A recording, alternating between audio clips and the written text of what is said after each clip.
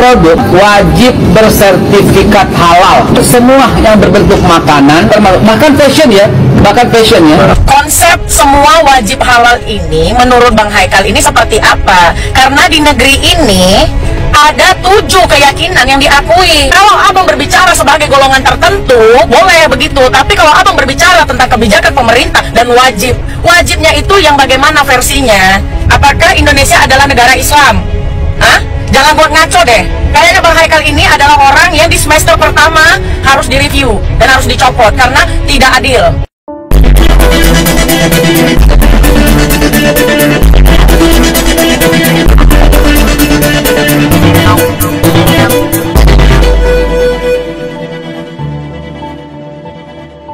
Saudara-saudaraku dimanapun Anda berada yang terkasih di dalam Tuhan kita Yesus Kristus, selamat datang di channel Rina Solihin. Sekiranya channel ini bisa memberkati Anda semua dengan video-video edukasi, apologetika, dan penginjilan yang ditujukan untuk membangun iman kita sebagai orang-orang percaya dan juga memberikan pengetahuan Alkitabiah tentang firman Tuhan yang boleh kita pakai untuk mempertanggungjawabkan iman kita kepada setiap orang yang memintanya, seperti yang diperintahkan oleh Alkitab. Mohon jangan Anda skip videonya, tontonlah video ini dari awal sampai selesai supaya Anda mendapatkan informasi yang utuh tentang kebenaran yang disampaikan di dalam video ini.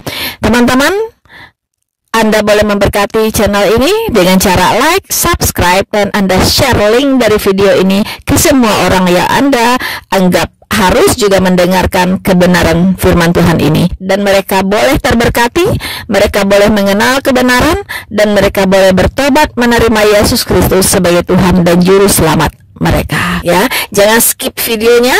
Dan juga untuk memberkati channel ini, jangan skip juga iklannya, teman-teman. Saudara-saudaraku yang terkasih di dalam Tuhan, jika Anda rindu untuk memberkati, mensupport, berbagi, ya, untuk mendukung pelayanan ini, silakan Anda masuk ke description, dan di situ ada rekening tujuan yang bisa Anda pakai untuk mensupport pelayanan ini.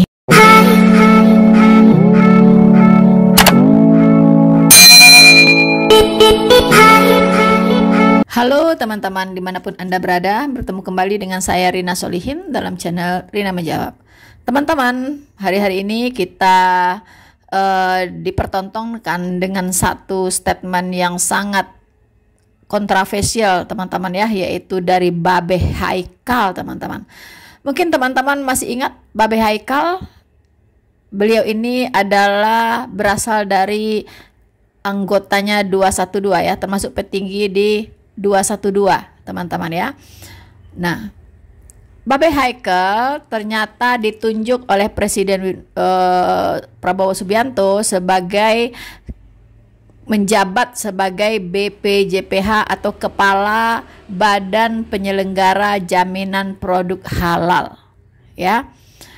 Kita tahu teman-teman bagaimana background atau jejak digital dari Babe Haikal ini. Ya, dan saya sangat-sangat menyesali ya kebijakan dari Bapak Prabowo mengapa mengambil virus ini untuk masuk ke dalam kabinet, untuk masuk ke dalam pemerintahannya, teman-teman. Yang namanya virus itu tidak boleh masuk ke dalam negara, ya, tidak boleh masuk ke dalam pemerintahan negara. Kenapa? Karena yang namanya ideologi itu sulit untuk dirubah, teman-teman ya. Sulit sekali untuk diubah kalau yang namanya ideologi sudah tertanam di dalam benak, di dalam pikiran, dan di dalam hati. Itu susah untuk dirubah, teman-teman. Kalau dia dari Islam radikal, ya sampai kapanpun akan menjadi Islam radikal, teman-teman ya.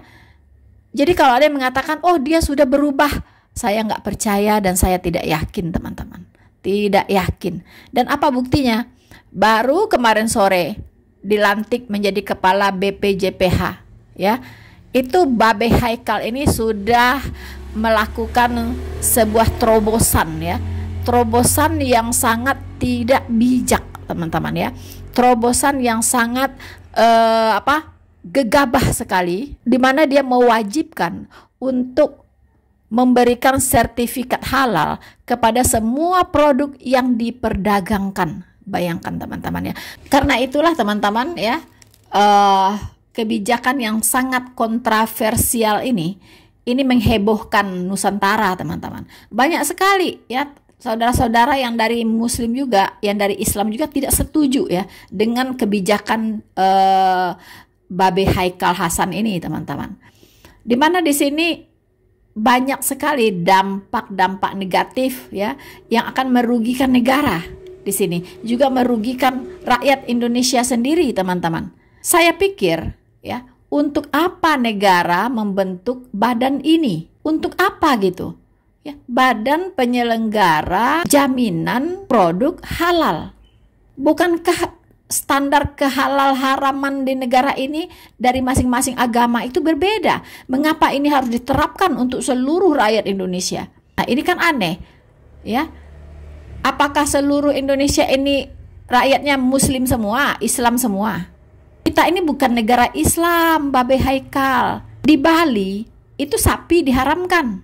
Bali, babi dihalalkan di sana, boleh dimakan. Lalu bagaimana? Sekarang babi mau dibuat halal gitu? Atau sapi mau dihalalkan di Bali? Bagaimana ini, Babe Haikal? Anda tahu? Daerah Bali hidup dari sektor pariwisata internasional. Anda tahu? Seandainya di sana babi diharamkan, tidak boleh berdagang babi di sana. Lalu banyak sekali menu-menu di restoran, di kafe-kafe yang harus dihapus, terutama yang bahan bakunya babi. Dan itu banyak disenangi oleh para wisatawan dari berbagai negara gitu yang datang ke sana. Masa ke Bali hanya mau makan pecel? Masa orang ke Bali hanya mau makan nasi uduk? Masa makanannya kambing terus gitu sampai badannya bau badot? Apa ikan juga mau disertifikat halal? Gak ngerti saya ya, teman-teman. Inilah orang kalau membuat kebijakan publik ya tanpa melakukan analisa secara komprehensif, teman-teman. Ya. Tidak melakukan analisa secara komprehensif, tidak melakukan kajian secara komprehensif, ya, hanya memakai dalil dari keyakinannya sendiri gitu. Kemudian dia mau terapkan kepada seluruh rakyat Indonesia di setiap wilayah di negara Indonesia ini. Itu kan nggak bisa, Babe Haikal, ya. Di Indonesia ini bukan cuma Islam, ada banyak agama lain. Sekarang saya mau sampaikan kepada Anda bahwa standar halal haram itu dari setiap agama itu berbeda-beda, Pak Haikal. Menurut Anda haram, tapi ada dari agama lain mengatakan itu halal. Menurut agama lain haram, Anda mengatakan halal. Itu kan repot. Lalu standar apa yang mau dipakai? Masa semua harus pakai standar Anda? Hah? Masa semua rakyat Indonesia ini dari agama lain mau tunduk dengan standar Anda? Nggak bisa dong. Itu namanya egois, gitu ya. Coba Anda lihat, ajaran Kristen berbicara tentang halal haram ini. Kami orang Kristen diajarkan kami tidak lagi diperhamba oleh makanan dan minuman. Tidak lagi. Ya, tidak ribut-ribut lagi masalah makanan dan minuman. Itu sudah ditinggalkan. Ya. Udah zaman bahlak itu. Ya, itu pengetahuan yang sudah sangat jadul yang tidak dipakai Tuhan lagi gitu. Karena makanan dan minuman itu, makanan-makanan terutama, itu di zaman Perjanjian Lama itu sebagai simbol. Ya, mengapa tidak boleh makan babi? Itu menyimbolkan dosa. Begitu, Pak Haikal. Ya, menyimbolkan kenajisan. Tuh, jadi nggak boleh makan babi dan banyak lagi ya binatang-binatang yang lain yang berkuku belah nggak boleh dimakan. Itu menyimbolkan kenajisan. Gitu. Nah, sekarang kami sudah dikuduskan. Ya, sudah dikuduskan oleh iman percaya kami kepada Yesus Kristus sebagai Tuhan dan Juru Selamat kami. Sudah dikuduskan, sudah dibenarkan oleh darah Yesus yang tercurah di kayu salib itu 2024 tahun yang lalu. Tidak ada lagi yang bisa menajiskan kami, begitu loh. Nah, dan kami sudah disebut sebagai orang-orang kudus. Tidak ada lagi yang bisa menajiskan kami, baik makanan maupun minuman. Begitu ya. Nah, kita bisa baca apa kata Tuhan Yesus di Markus 7 ayat 20. Ya. apa yang keluar dari seseorang itulah yang menajiskan orang. Ya. Kemudian di Matius 15 ayat 11 Tuhan Yesus jelas berkata, dengarkan dan camkanlah, bukan yang masuk ke dalam mulut yang menajiskan orang, melainkan yang keluar dari mulut itulah yang menajiskan orang. Ya, karena yang keluar dari mulut itu berasal dari hati. Artinya apa? Misalnya fitnah, dusta, caci maki, hujat, itu semua yang menajiskan orang begitu. Mengapa Anda tidak mengharamkan itu? Hah? Mengapa Anda tidak mengharamkan para penghujat? Anda lihat para penghujat dari agama Anda berkeliaran, ya, menghujat kekristenan, menghujat Tuhan Yesus, menghujat Alkitab, menghujat Roh Kudus di mana-mana. Kenapa Anda tidak mengharamkan itu? Begitu. Karena itu yang merusak. Kalau Anda makan babi, itu nggak merusak siapa-siapa. Ya, kalau Anda makan babi, masuk ke mulut Anda, dicerna oleh perut Anda, lalu keluar lagi di jamban sana. Dan tidak ada orang yang rusak oleh itu, gitu. Ya, tidak ada pengaruhnya kepada orang lain. Tetapi kalau kotoran yang keluar dari mulut orang-orang yang suka menghujat, itu dampaknya sangat luar biasa. Pertama, ya, dampaknya adalah merusak persatuan dan kesatuan bangsa, merusak hubungan antar umat beragama, sehingga negara ini menjadi tidak stabil. Ya, bisa mendatangkan kekacauan, saling curiga, ya, di antara anak bangsa. Itu yang harus Anda haramkan. Babe Haikal. Aduh, jadi teman-teman ya, si Babe Haikal ini mengeluarkan semacam kebijakan, ya, bahwa semua produk harus memiliki sertifikat halal, terutama produk-produk yang diperdagangkan, teman-teman ya. Itu meliputi makanan, minuman, ya. Nah, ini termasuk makanan dan minuman yang ada di hotel, di restoran-restoran dan di kafe-kafe. Bayangkan teman-teman, ya, di hotel, di restoran, di kafe, itu bukan hanya Muslim yang datang ke sana, Pak Haikal. Justru mereka-mereka yang bisa makan di hotel, makan di restoran-restoran yang enak gitu ya, restoran-restoran yang besar, yang ternama, di kafe-kafe, itu kebanyakan non-Muslim, ya. Dan Anda tahu, pembayar pajak terbesar dari sektor perdagangan di Indonesia itu, yaitu di ini, hotel, restoran, dan kafe. Lalu Anda mau coret begitu banyak menu, ya, yang Anda anggap haram di sana, sementara konsumennya banyak, begitu, ya.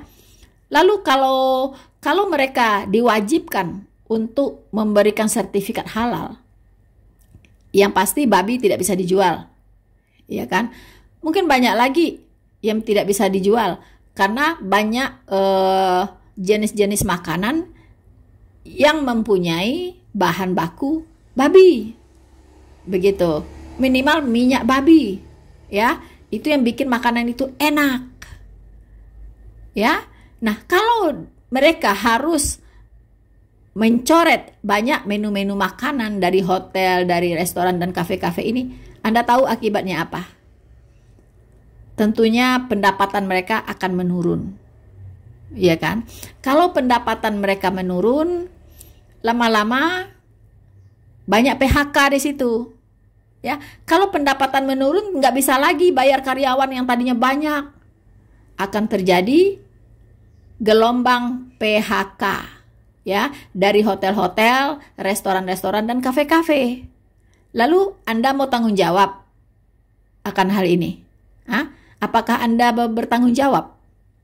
Karena dampaknya adalah penerimaan pajak dari negara itu juga akan menurun. Ya, penerimaan pajak dari negara akan menurun. Sementara keuangan negara sebagian besar berasal dari pajak.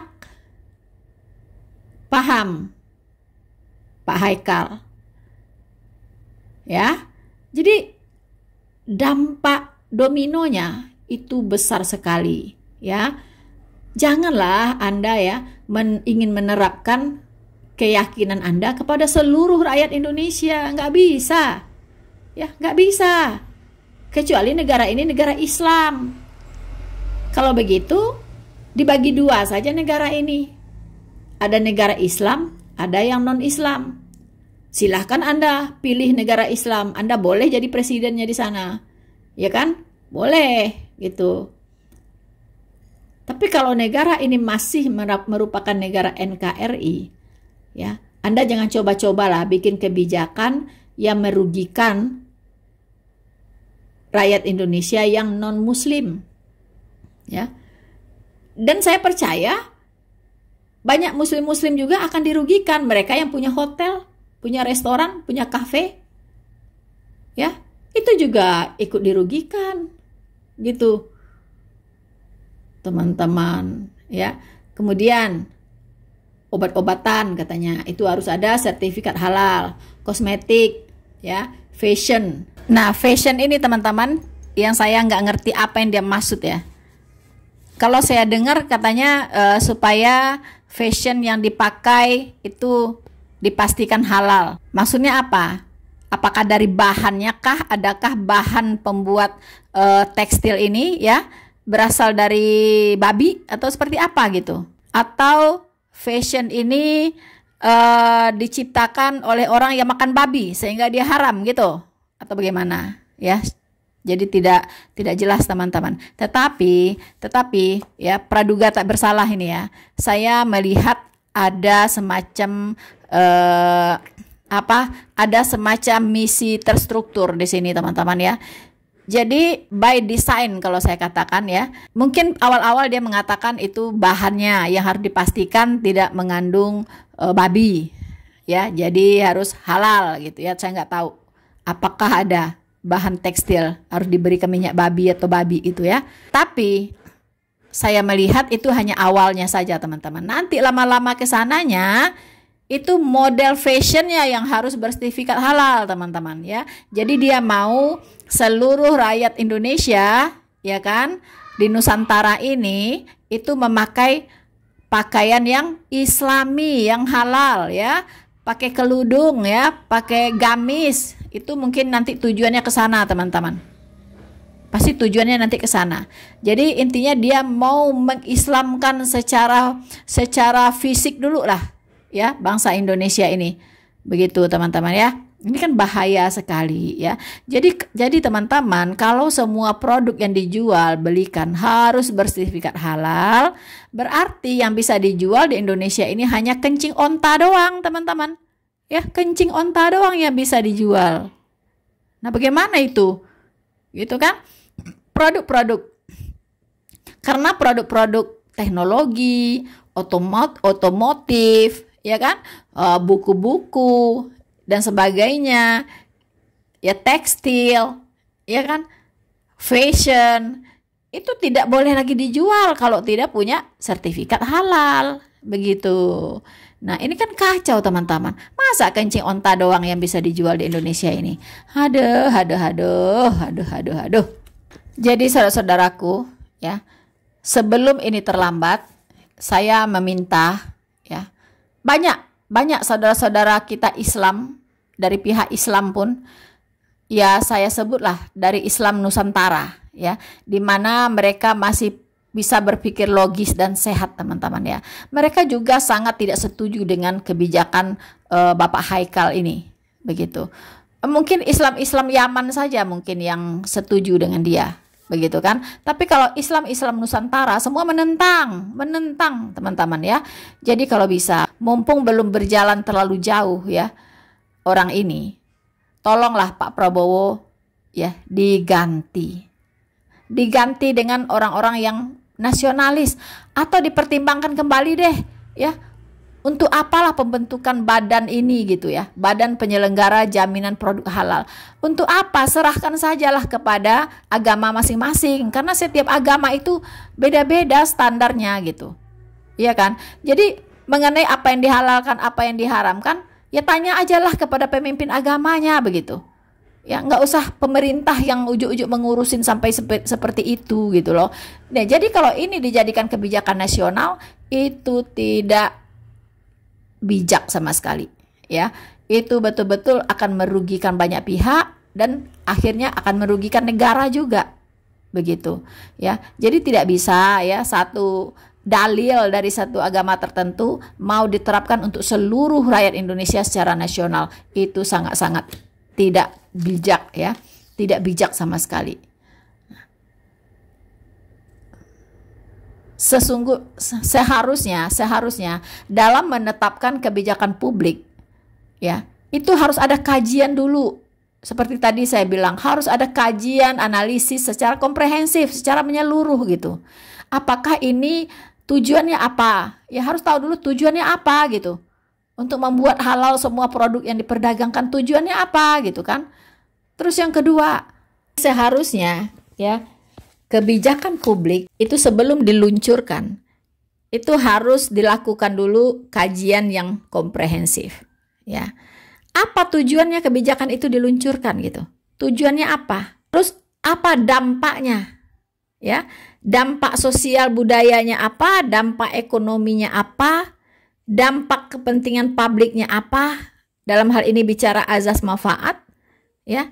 Apa gitu? Itu harus jelas gitu kan? Kalau hanya langsung diluncurkan kebijakan ini menjadi sesuatu yang kontroversi di masyarakat gitu, ya, sesuatu yang kontroversi gitu loh. Jadi kadang kita berpikir ya, mengapa begitu banyak orang yang memilih jadi murtad dari agama ini?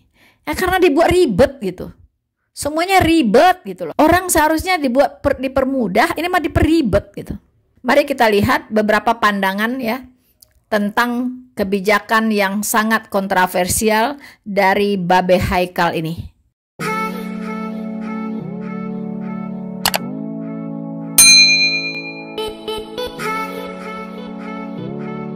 Ya, Assalamualaikum, salam sejahtera. Saya melihat ada berita yang menjadikan banyak masyarakat ikut berkomentar ini. Itu datang dari salah satu yang kemarin dilantik oleh Bapak Prabowo itu yang bernama Haikal Hasan, yang dikasih membidangi tentang labelisasi halal. Di situ sikapnya Haikal Hasan itu mengatakan negara akan terlibat langsung terhadap labelisasi haram halal ini. Dan dia ada sedikit menggunakan bahasa seperti ancaman lah bagi mereka yang tidak tunduk dengan aturan ini. Dia bilang, Pak bisa ditutup atau apalah. Saya tuh kadang-kadang sedih aja ini. Melihat labelisasi haram ini kok kurang enak tuh. Di NKRI ini yang tidak menganut satu agama. Kan di negeri ini kan banyak agama.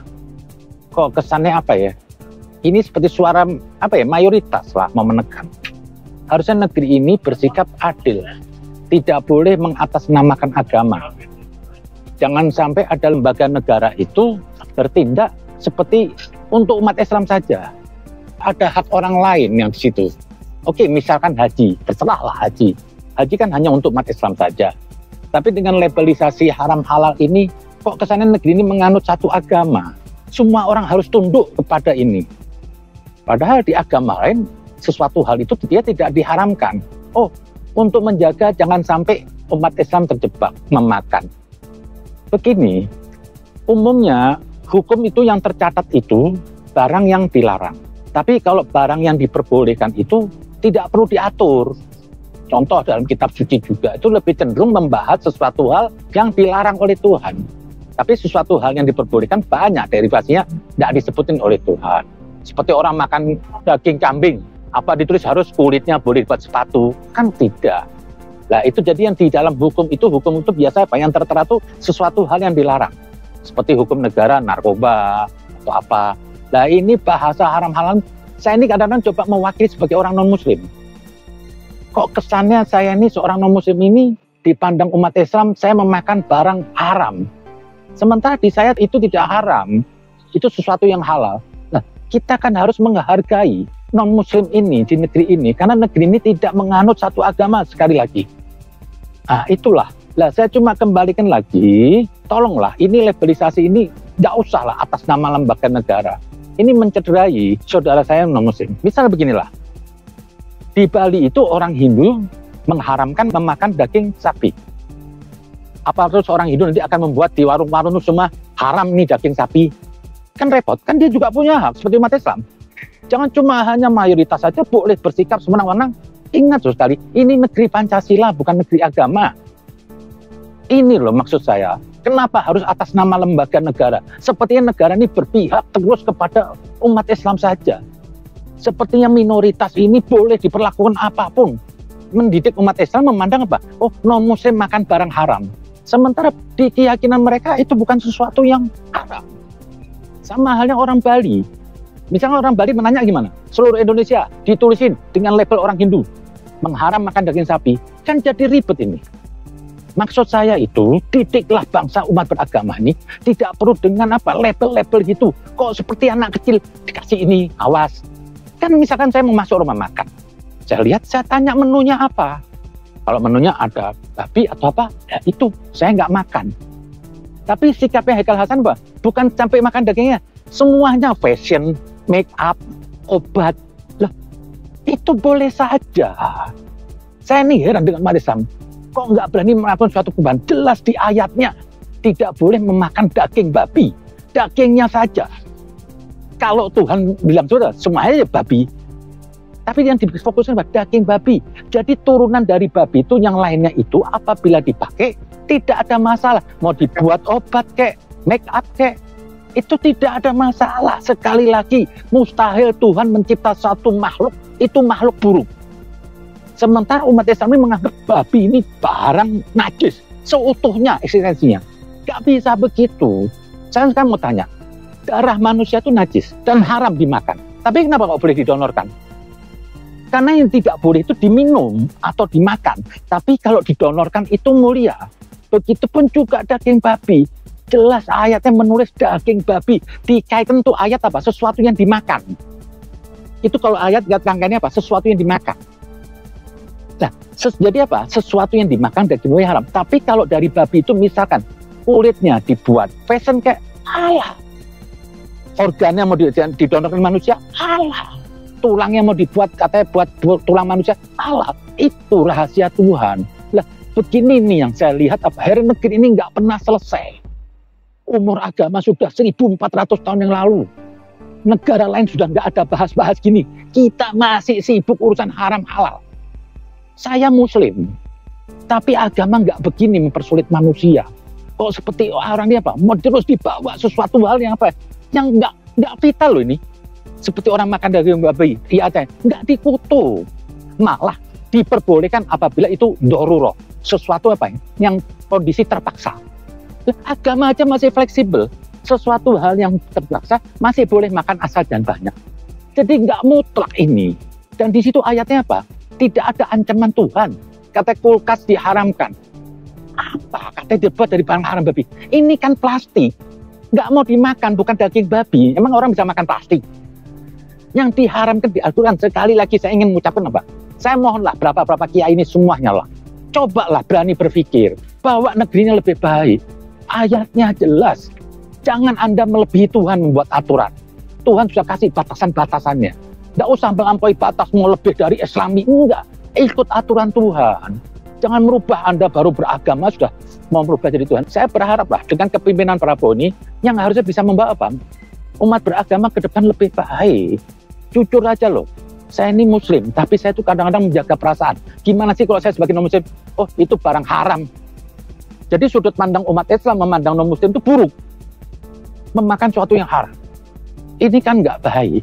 Cukup masalah haram-haram ini ditertera di suatu hukum, selesai. Apakah terus pemerintah ini mengharamkan narkoba, perlu dilabelisasi itu narkobanya atau apa? Kan nggak perlu. Sudahlah, didik bangsa ini dewasa. Manusia itu harus apa ya? Menjaga dirinya. Negara buat undang-undang, manusia yang menjaga, ikut aturan undang-undang. Lah, Kita ini umat beragama juga begitu. Tuhan kasih aturan dan anjuran, ya kita ikutin. Orang lain nggak boleh memaksa. Masalah saya melanggar, urusan saya dengan Tuhan. Kok ini seperti terus mau dilabeli? Yang lucu apa? Barang halal mau dilabeli. Ini berapa juta item. Jujur, ini duit. Ini ada hasil. Akhirnya apa? Negeri ini hanya membuat suatu aturan apa? Untuk mendapat hasil. Itu pandangan masyarakat. Lah ini akhirnya masyarakat kemarin ribut. Ada sebagian ribut yang non-muslim merasa apa? Kok saya ini di negeri ini seperti orang penumpang? Boleh ditekan atas nama Islam. Ini apa? Hancur, pecah NKRI. Coba tadi, lihat, belajar dari orang Hindu di Bali lah. Dia bisa menampung semuanya. Sekalipun dia tidak memakan sapi, dia tidak menyerang orang lain, tidak perlu dikasih, dilarang jual. Ini mayoritas Hindu loh. Belajarlah gitu dari agama lain yang juga lebih dewasa. Nggak salah. Saya melihat di Bali itu justru ada nilai ketuhanan. Apa? Tidak ada andil pemaksaan. Nah ini mau dipaksa semua. Harus dicek. Wah, ya kalau semua kosmetik dicek, maaf lah. Berarti duit ini. Ini saya cuma curiga aja. Padahal Presiden juga mengatakan, jangan mempersulit orang. Biar orang usaha. Kok ini staf-stafnya nggak pernah memahami apa yang mau dimau oleh Presiden kita. Betul, Prabowo itu nggak akan masuk ke suatu hal yang haram-haram. Cuma ini tokoh-tokoh agama perlulah berani merubah pemikiran. Agama ini membangun peradaban loh, bukan membawa ke masa lalu. Lah ini dipaksa, semua barang daging. Lah terus nanti sapi juga semua begitu. Sekali lagi saya bilang, sisi agama, silakan cek ayatnya semuanya. Itu ayat tentang untuk dimakan, makanya disebutkan daging babi. Jadi selain dari babi itu apabila dibuat vaksin, itu boleh. Mau dibuat kursi itu boleh, nggak najis. Apa sih bedanya? Tidak ada. Kulit babi dengan kulit kambing ya sama saja. Kulit manusia, daging manusia haram dimakan. Apa terus Anda mengharamkan manusia? Enggak. Di situ yang diharamkan untuk dimakan daging babinya. Saya nekan-nekan ini sekali lagi apa? Tolonglah hal-hal begini nggak perlu ada label-labelisasi. Saya bukan mau bermusuhan dengan MUI semuanya. Saya kepingin Islami ke depan tuh lebih enak dilihat orang. Agama tuh nggak menyusahkan. Nggak usah dilabelin. Saya kalau datang ke rumah, maaf ya, saya rumah makan ada Tionghoa apa, kan mereka juga kadang-kadang memakan babi. Saya cek menunya, ada babi apa enggak? Ya saya minta nggak pakai babi. Wajar saja. Dan ini negara ini mayoritas Muslim. Kok sekarang Islam ini seperti minoritas ini, kayak ketakutan. Kalau saya makan ke rumah Padang, saya nggak perlu nanya lagi, ada babinya apa enggak? Nggak perlu, karena saya tahu dia Islam. Saya masuk ke rumah warteg, kok dia Islam? Saya nggak perlu tanya. Begitu saya masuk ke tempat Islam, karena saya sebagai orang Islam, nggak usah diajari MUI. Saya punya konsekuensi keimanan. Saya nggak perlu ragu masuk ke rumah Padang, masuk ke wartegnya saya Islam. Dan nggak ada lah kita ini menjebak. Yang tadi dibilang kosmetik ini kan sudah mempersulit orang. Hari gini masih begini terus. Islam ini kalau nggak dibawa oleh orang yang punya akal yang panjang, lah ini jadinya. Ribut urusan ecek-ecek. Orang yang akal yang panjang apa? Biasanya apa? Lebih arif dan bijaksana dan lebih bisa menyelami kitab suci. Tapi kalau orang yang akalnya pendek semuanya, dia memandang kitab suci apa? Yang ada kafir, jihad, bunuh. Padahal itu tidak ada. Lah, ini saya perhatikan, maaf loh, dari tokoh-tokoh MUI ini kok masih berkutat hal-hal yang sepele ini. Belum lama berantem antara Depak dan MUI urusan labelisasi. Ini ada baru lagi. Kata di BPJH apa? Loh, jangan jadi ketua itu cuma petata-petente. Saya ragukan loh kemampuan Haikal Hasan itu tentang agama. Saya bukan mau sombong. Saya berani beradu debat sama dia tentang babi ini. Lah, bagaimana orang dikasih suatu tugas tanggung jawab tentang barang halal, tapi dia tidak tahu esensinya dari kitab suci. Apa yang di situ yang diharamkan? Jelas dagingnya. Saya tanya lagi, loh ada MUI, ada Depak. Lah ini mau dibuat baru lagi. Ini apa? Akhirnya apa? Tumpang tindih. Sementara dulu saya ingin merevisi yang dari MUI. Janganlah agama ini mempersulit orang hidup. Masa gara-gara mie setan atau bakso Gondorwo sampai nggak perlu dilabelisasi haram? Apa salahnya kalau emang diminta? Lah karena negeri ini capek dengan label, akhirnya orang takut buka usaha harus label. Padahal yang jual orang Islam. Maksud saya tadi, saya ulang lagi ya, umumnya hukum itu mencatat sesuatu yang dilarang. Sedang sesuatu yang diizinkan, diperbolehkan, tidak perlu diatur. Lah ini mengatur semua item. Ini apa ini? Negeri lain ribut teknologi, kita ributnya masih haram halal. Ini membuang energi dan sia-sia akhirnya. Saya ingin kembali lagi, yang Pak Presiden Prabowo mengatakan ingin mengefisiensi aturan-aturan di negeri ini. Kok ini malah keluar aturan baru dengan mengancam? Apa? Kok mengancam? Tak ada agama mengancam. Tidak ada, itu hak Tuhan menghukumi orang. Anda nggak perlu sibuk-sibuk menghukumi keimanan orang. Yang punya hak menghukum itu hanya Tuhan. Yang punya hak menilai keimanan seseorang itu hanya Tuhan. Jadi tidak ada siapapun boleh menghak. Andaikan saya makan babi, Anda nggak perlu ikut campur.